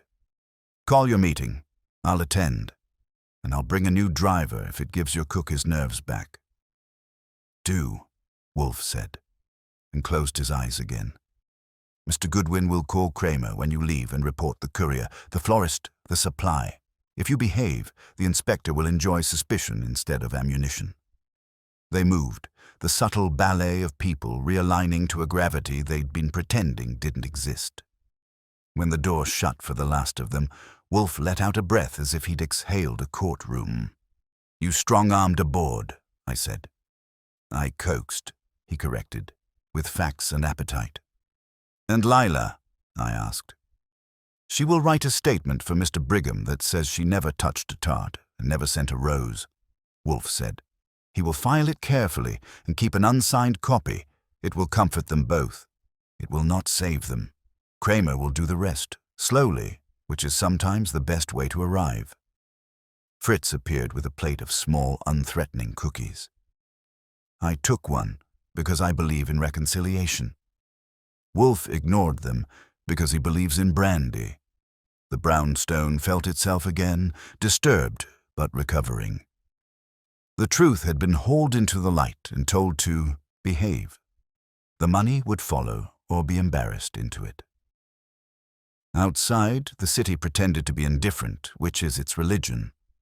Wolfe leaned back, eyes half closed, and said, not to me or to anyone, but to the air, there is justice in arrangement, even when it comes frosted. I put my notebook away. There was one step left, and we both knew it. We had ridden the case from pastry to power and back again. There was only the ending to write, the kind Wolfe does best, where each word locks on the next like a gear. The case ended not with handcuffs or headlines, but with the quiet that comes when people have no more lies left to lean on. Kramer, true to form, barked and spat about insufficient grounds and symbolism not being evidence, but he didn't throw it out. He filed it where he keeps the things he doesn't like admitting Wolfe is right about. And that's enough. Lila Demarest retreated behind her curtains and her gloves, seeing fewer dinner invitations and more stares from people who didn't know but suspected. In her world, suspicion can be worse than conviction. Hilliard, for all his bluster, showed up at the board meeting as Wolfe had prescribed. He smirked less and spoke softer, because there's only so much swagger you can sell when everyone in the room remembers that your driver tampered with dessert in a detective's kitchen. Mira, sharper now, leaned into her creative power with the kind of defiance that says she wasn't going to be used again. Robert, cautious to a fault, stepped up where his brother had collapsed. And Sylvia, well, she came back once, not with pastry this time, but with a quiet word of thanks to Wolfe for peeling the varnish off her family's mess. Wolfe grunted, which she understood perfectly. For Wolfe, the matter closed as soon as the house returned to order. The tart, its symbols exhausted, went the way of all unsanctified food. Disposed of, not eaten. Fritz muttered about desecration, but secretly he was glad to be rid of it. Saul's reports wound down, his men called back. The brownstone exhaled. That night we dined on duck with apple compote, and Wolfe was at his most expansive, sipping beer as if it had been designed to reward patience. Afterward, when the dishes had been cleared and the orchids had their last visit, Wolfe settled in his chair, eyes half-lidded, hands folded. "Archie," he said, "the essence of the affair was not murder, but compulsion. Remember that. The widow's need to mark her world, the investor's need to meddle, the lawyer's need to conceal. Each betrayed itself. A man may hide what he has done, but never what he must do. Compulsion is the truest confession." I jotted that down because it deserved to live in the record, even if Wolfe would never publish it. Then I leaned back and let the smoke from my cigarette curl toward the ceiling. "You know," I said, "I'll never look at a chocolate tart the same way again." He grunted, reached for his brandy, and closed his eyes. That was the last word. Outside, the city moved on, impatient and indifferent. Inside, the brownstone was still again, its sanctity restored, its silence heavy but earned. And so another truth had been served, not on a plate, but in words, cold, precise, and final. Wolfe had returned to his chair and I to my notebook, both of us knowing that the world would find another way to trespass soon enough. Until then, dinner was waiting. Dinner was waiting. Dinner was waiting. Dinner was waiting. Dinner was waiting. Dinner was waiting. Dinner was waiting. Dinner was waiting. Dinner was waiting. Dinner was waiting. Dinner was waiting. Dinner was